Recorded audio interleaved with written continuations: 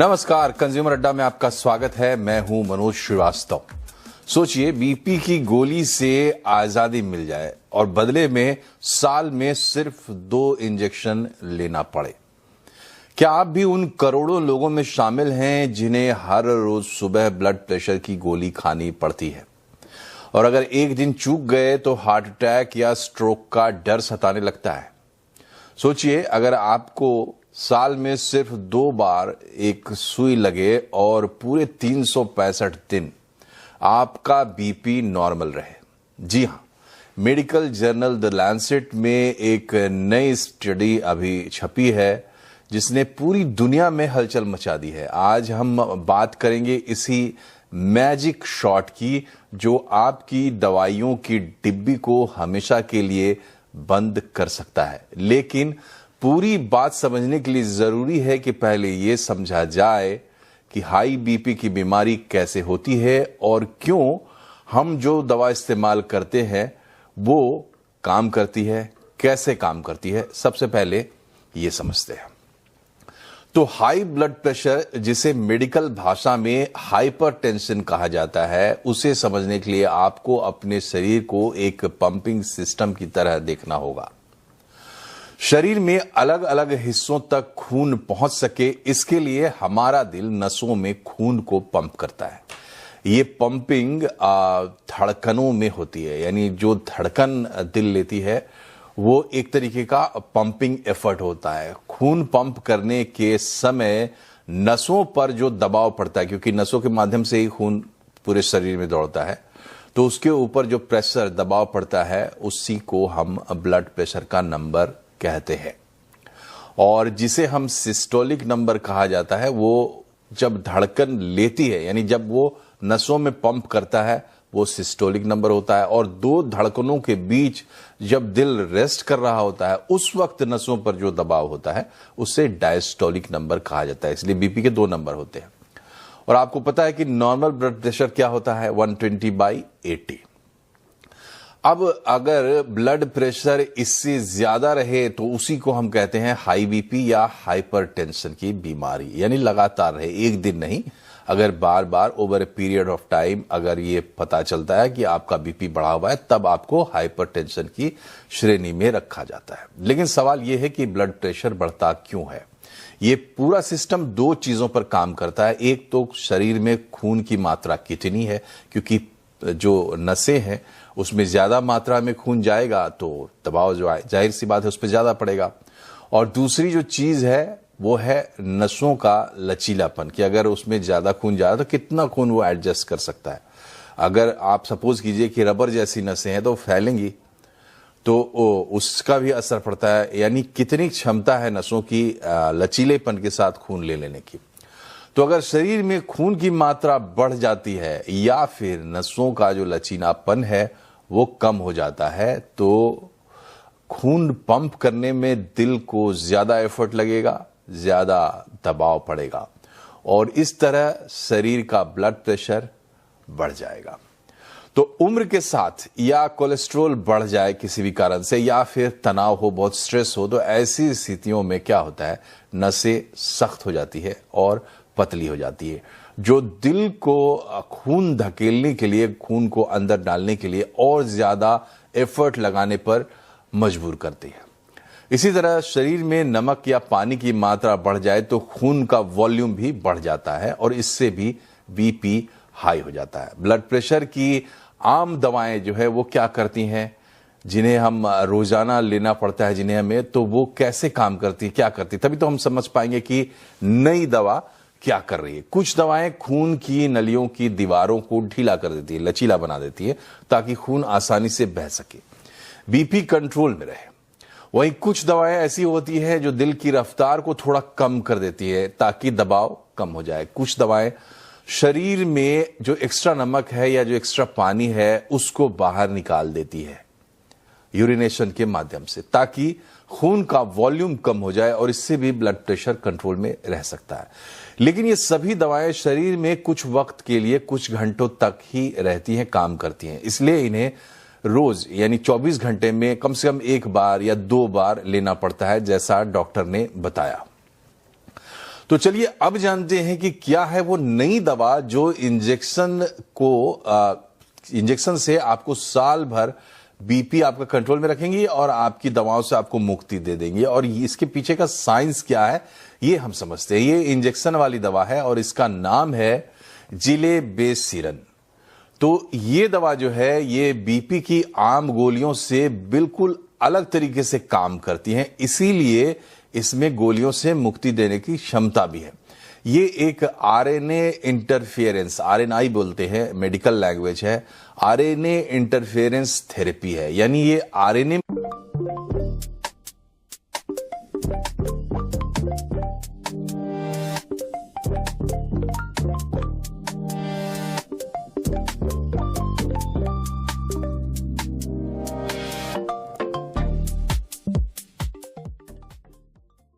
किया जाता है, मैनिपुलेट किया जाता है। तो ये होती है आरएनए की इंटरफेरेंस वाली थेरेपी। और बीपी की बात करें तो हमारे शरीर में लिवर एक खास तरीके का प्रोटीन बनाता है जिसे हम एजीटी कहते हैं।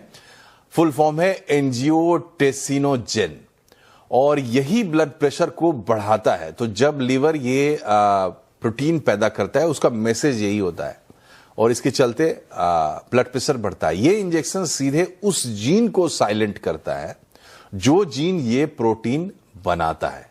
तो अगर वो जीन साइलेंट हो जाएगा तो वो प्रोटीन भी नहीं बनेगा। नतीजा, शरीर में बीपी बढ़ाने वाला जो तत्व होता है वो और प्रेशर कंट्रोल में रखता है, तो उस तत्व को ये प्रभावित करता है, कम कर देता है, तो आपका प्रेशर कंट्रोल रहता है। तो अब आप कहेंगे कि देर किस बात की, जल्दी से ये दवा लाओ भाई, बीपी की दवाओं से मुक्ति मिले। और कब तक ये दवा बाजार में आ जाएगी? यहां पर सबसे बड़ा कॉजन है, दवाओं के मामले में कोई जल्दबाजी नहीं होती है, नहीं की जाती है। द लैंसेट की रिपोर्ट के मुताबिक इस स्टडी में दूसरा चरण फेज 2 जो है उसके नतीजे बेहद उत्साहजनक रहे हैं। स्टडी में पाया गया है कि एक बार इंजेक्शन लेने के बाद 6 महीने तक इसका असर रहता है। गोलियों के साथ यह समस्या थी कि उनका असर कुछ घंटों में ही खत्म हो जाता था, जिससे बीपी का जो फ्लक्चुएशन है, उतार चढ़ाव है, उसका खतरा रहता था। ये इंजेक्शन 24 घंटे एक जैसा बीपी मेंटेन करने में सफल रहा है, खासकर सोते समय जब स्ट्रोक का खतरा सबसे ज्यादा होता है। अगर सोते समय बीपी की दवा का असर कम हो जाए तो खतरा ज्यादा होता है। तो ये दवा इस लिहाज से आप कहें तो ये गेम चेंजर साबित हो सकती है। शुरुआती जो ट्रायल्स हुए हैं उसमें इनके कोई बहुत गंभीर साइड इफेक्ट्स भी देखने को नहीं मिले हैं, तो चिंताएं धीरे धीरे दूर हो रही है। लेकिन ये याद रखिए कि अभी ट्रायल जारी है, दूसरा चरण ही पूरा हुआ है ट्रायल का, उसमें सफलता मिली है। लेकिन बड़े पैमाने पर इस्तेमाल, मास यूज जिसको कहते हैं, फेज 3 का ट्रायल, और उसके बाद फिर रेगुलेटरी अप्रूवल में भी काफी समय लगेगा। तो माना जा रहा है कि एक तय समय के बाद, एक जो पर्याप्त समय है उसके बाद ये दवा बाजार में आ सकती है और बहुत महंगी होगी, इसकी भी संभावना बहुत नहीं लगती है। और ये दवा गेम चेंजर साबित हो सकती है क्योंकि हाई बीपी के 50% जो मरीज है, आधे मरीज, वो अपनी रोज की दवा भूल जाते हैं। सबकी ये शिकायत रहती है कि रोज की दवा हम भूल जाते हैं और ये जानलेवा भी हो सकता है कुछ केसेस में। तो इंजेक्शन इस रिस्क को कम कर देगा। लगातार ब्लड प्रेशर स्थिर रहेगा तो हार्ट फेलियर और किडनी डैमेज का जो खतरा होता है बीपी के चलते, वो भी कम हो जाएगा। लेकिन डॉक्टर चेतावनी दे रहे हैं कि अभी से इस दवा के इंतजार में ना लग जाएं। इंजेक्शन का मतलब ये नहीं है कि आप लाइफस्टाइल को लेकर लापरवाह हो सकते हैं कि इंजेक्शन तो आने ही वाला है, चलो थोड़ा सा रिस्क ले लेते हैं, थोड़ा कोलेस्ट्रॉल बढ़ भी जाएगा तो क्या होगा। बिल्कुल नहीं।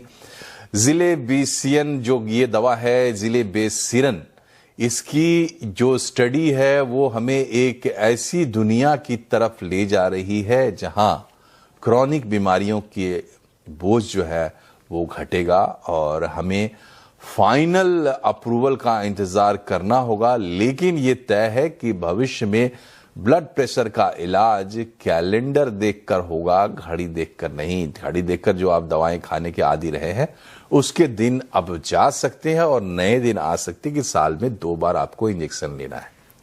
तो ये हो गई पूरी कहानी। अब जरा डॉक्टर से समझते हैं कि इस पूरी कहानी में कितना दम है।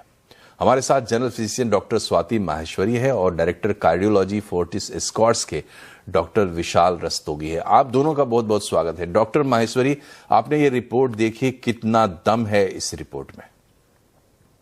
देखिए मनोज जी, एक अच्छी बात यह है कि अब जब एआई और टेक्नोलॉजी का इतना ज्यादा इस्तेमाल हो रहा है और लगातार जिस तरह से दवाइयां का जो है एक साइंटिफिक अप्रोच जो है वो हमेशा रहता ही है कि जो हमारी क्रॉनिक डिजीजेज हैं, खास तौर से जैसे ब्लड प्रेशर एक ऐसी बीमारी है जो शरीर के सभी अंगों पर असर डालती है और हार्ट अटैक, स्ट्रोक जैसी बीमारियां भी इसकी वजह से होती है। तो इसको लेकर के लगातार एक रिसर्च होती रहती है और ये एक अच्छी रिसर्च है। मैं बोलूंगी एक साइंटिफिक ब्रेक थ्रू है। अभी हम इसे क्लिनिकल ब्रेक थ्रू नहीं बोल सकते, एक साइंटिफिक ब्रेक थ्रू है कि हाँ, हम जीन एक्सप्रेशन लेवल पर भी कुछ ऐसी दवाइयां बना सकते हैं जो आने वाले वक्त में बीपी कंट्रोल में मदद कर सकती हैं। क्योंकि देखिए अभी इसमें बहुत सारी शॉर्टकमिंग्स हैं जिसकी तरफ ध्यान देने की जरूरत होगी। और क्या हम ब्लड प्रेशर को इस तरह से 2 इंजेक्शन से कंट्रोल कर पाएंगे? क्योंकि देखिए सबसे बड़ी समस्या जो ब्लड प्रेशर के मरीजों में आती है वो आती है कंप्लायंस की। क्योंकि ज्यादातर अगर आप देखेंगे कि जो लोग होते हैं या तो दवा शुरू करने से कतराते हैं, शुरू कर लेते हैं तो कभी खाते हैं कभी नहीं खाते हैं, डोज का भी कुछ अता पता नहीं होता है, अपने मन से खाना शुरू कर देते हैं, दोस्तों से सुनकर खाने लगते हैं। तो ये सब जो समस्या खास तौर से ब्लड प्रेशर के साथ है, कहीं ना कहीं उसको ध्यान में रखते हुए इस तरह से जो है साइंटिफिक ब्रेक थ्रू सामने आते हैं कि क्या हम ये परेशानियां जो है कि लोग दवा नहीं खाते हैं या सही टाइम से नहीं खा रहे हैं, तो उस चीज को क्या हम बाईपास कर पाएंगे या उसका कोई निजात हमारे पास आने वाले वक्त में हो सकता है कि ठीक है, आपको रोज ध्यान नहीं रखना है कि दवा खानी या नहीं खानी, आप एक बार इंजेक्शन लगवाएंगे और आपकी समस्या जो है वो सुलझ सकती है। लेकिन अभी इसमें बहुत सारी चीजें हैं कि बहुत सारे लोग ऐसे होते हैं जिनमें बीपी स्विंग करता है, बहुत सारे ऐसे भी हैं कि डिहाइड्रेशन, वॉमिटिंग हो गया तो बीपी जो है डाउन हो गया, ऐसी स्थिति में हमें दवा रोकनी पड़ती है।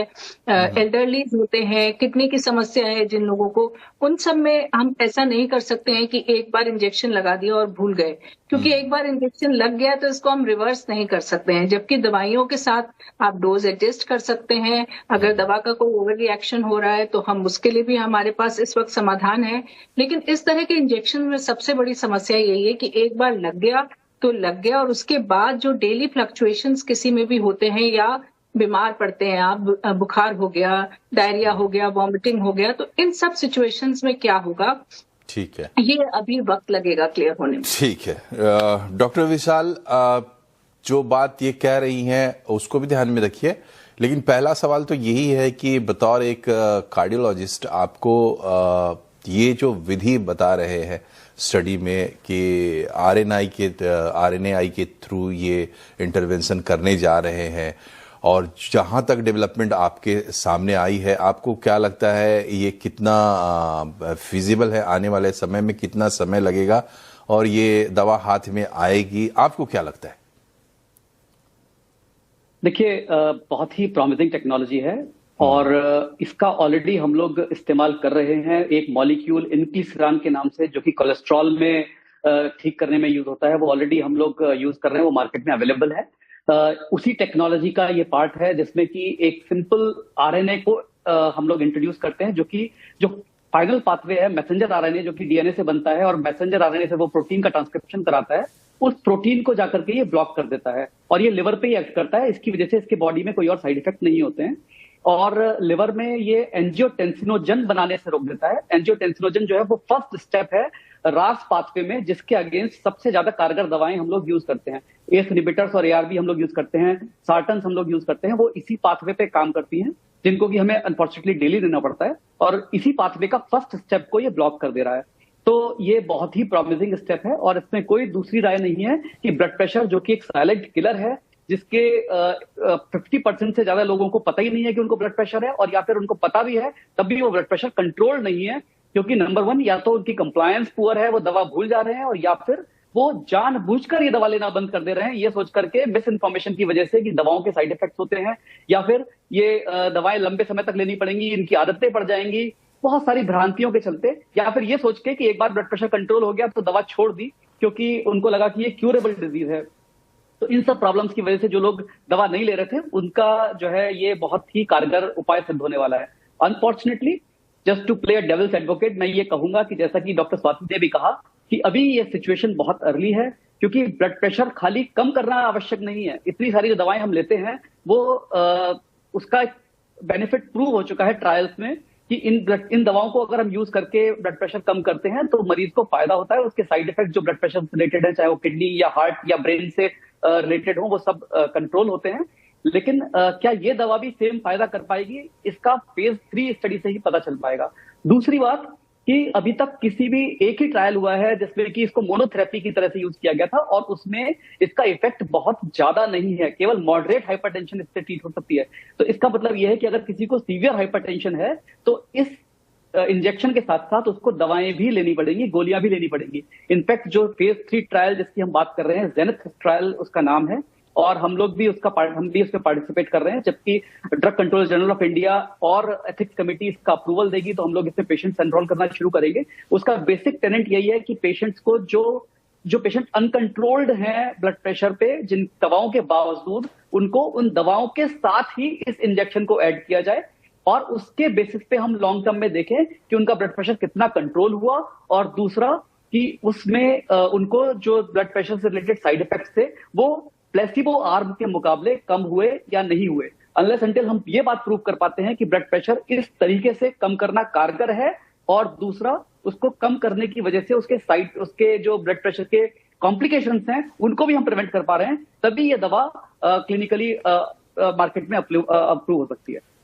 डॉक्टर रस्तोगी, एक और सवाल जो डॉक्टर माहेश्वरी ने भी कहा ना कि जैसे आप बीपी की दवा किसी को देते हैं, हम आम लोगों की लैंग्वेज में बात कर रहे हैं, तो प्रॉब्लम को समझिए कि बीपी हमारे यहाँ जो है हम देखते हैं कई कॉम्प्लेक्स सिचुएशन में आता है कि ब्लड प्रेशर भी है, साथ में आपको डायबिटीज भी है, मतलब हाइपरटेंशन और डायबिटीज साथ में है।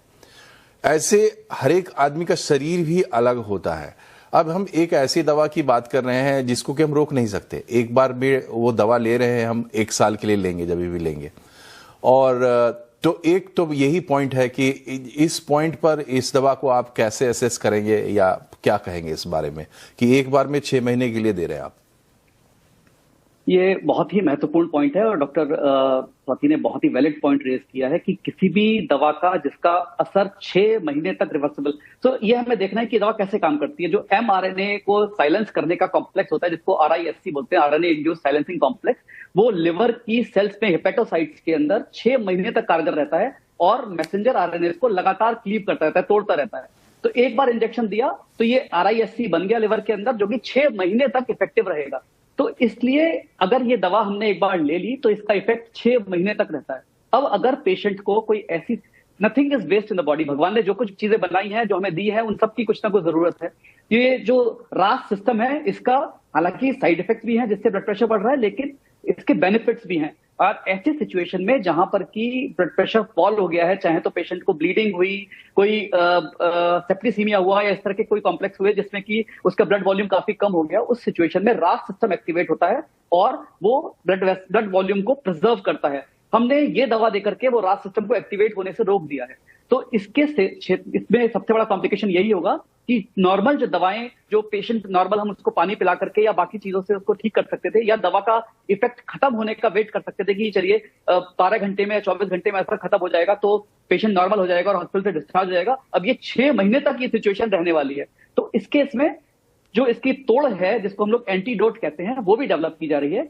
और जब जैसे मैंने आपको बताया कि हम लोग ट्रायल में जा रहे हैं, तो इसकी भी हम लोगों को इंस्ट्रक्शंस मिली हुई है हमारे पास। इसका भी हालांकि मैं बहुत ज्यादा डाइवर्स नहीं कर सकता बिकॉज अभी भी मामला जो है वो drug control general India and ethics committee के अंडर में है, लेकिन जब उसको भी हमें ये कार्ड दी गई है कि अगर पेशेंट ब्लड प्रेशर लो होने की वजह से आता है तो कैसे उसको काउंटर करना है। और दूसरा, इसका भी ट्रायल चल रहा है कि इसकी जो एंटीडोट है जो कि इस दवा के असर को खत्म कर सकती है, वो भी कितनी कारगर।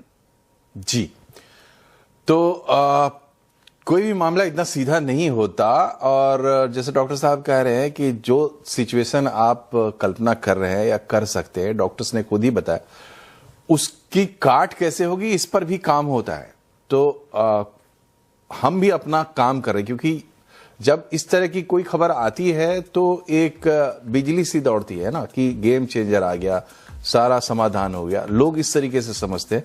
हम ये प्रोग्राम इसलिए कर रहे हैं कि इसकी जो रियल तस्वीर है उसको लोग समझ सकें, क्योंकि ये कोई 2-4-10 लोगों की बात नहीं है। डायबिटीज की तो हम राजधानी है, हाइपरटेंशन भी बहुत ज्यादा बढ़ रहा है, अब तो यंग एज में भी बढ़ रहा है। तो पूरी जानकारी लेने के लिए थोड़ा समय और निकालिए, हमारे साथ बने रहिए। एक छोटे से ब्रेक के लिए हम यहां पर रुक रहे हैं।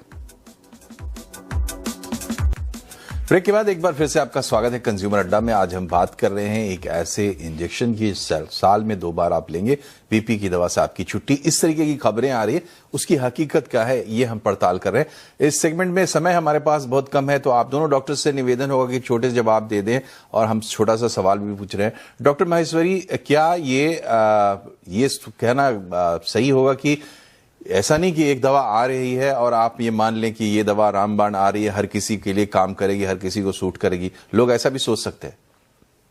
देखिए, ये बिल्कुल सही कहा मनोज जी आपने। और हर दवा के साथ ऐसा होता है कि हर दवा हर व्यक्ति के लिए नहीं होती है, क्योंकि सबका, जैसे आपने कहा, बॉडी स्ट्रक्चर डिफरेंट होता है। कई बार आपको साथ में और दिक्कतें होती हैं, कोई आप दवाइयां पहले से ले रहे होते हैं, ये सब चीजें मैटर करती हैं। इसलिए डेफिनेटली, और ऐसा नहीं है कि ये दवा सबके लिए होगी। दूसरी बात, देखिए, ब्लड प्रेशर जो है ये एक लाइफस्टाइल डिसऑर्डर है। अगर आप नमक बहुत ज्यादा खाते हैं, और ज्यादातर लोगों के मन में ये भावना रहती है कि हम ऊपर से नमक नहीं डालते हैं, लेकिन अगर आप पैक्ड फूड बहुत ज्यादा खाते हैं, रेस्टोरेंट से खाना बहुत खा रहे हैं, पापड़, नमकीन, अचार, ये सब चीजों का कंजम्पशन बहुत ज्यादा है, तो स्वाभाविक तौर से आपके नमक ज्यादा जा रहा है, जिसकी आपको शायद पता नहीं है कि मैं नमक ज्यादा ले रहा हूँ। तो पहली बात ये है। दूसरी, कई बार लोग इसका नजरअंदाज बहुत करते हैं कि बीपी है तो कोई बात नहीं, हम एक्सरसाइज से ठीक कर लेंगे, हम कुछ और करना शुरू कर देंगे, आयुर्वेदिक दवाइयां ले लेंगे या कुछ भी और करेंगे, लेकिन हम दवा शुरू नहीं करेंगे। ठीक है, बिल्कुल, ये तो चीजें हैं। फिलहाल हम इस दवा पे फोकस करें, समय कम है, इसलिए एक सवाल डॉक्टर रस्तोगी से भी ले ले। डॉक्टर रस्तोगी, बेस्ट केस कौन लोग हैं जिन्हें की थोड़ा इंतजार करना चाहिए, और कब तक? तो अभी के लिए मैं ये कहूंगा कि बेस्ट केस वो लोग हैं जिनका दवाओं के बावजूद भी ब्लड प्रेशर कंट्रोल नहीं हो पा रहा है। तो अगर आप 3 दवाएं ले रहे हैं, 2 दवाएं ले रहे हैं, और उसके बावजूद या तो आपको दवाओं के साइड इफेक्ट्स हो रहे हैं या फिर ब्लड प्रेशर कंट्रोल नहीं हो पा रहा है, तो आपके लिए बहुत अच्छा ऑप्शन है, क्योंकि इससे ये उम्मीद है कि over and above the regular treatment आपका ब्लड प्रेशर कंट्रोल होगा। हालांकि अभी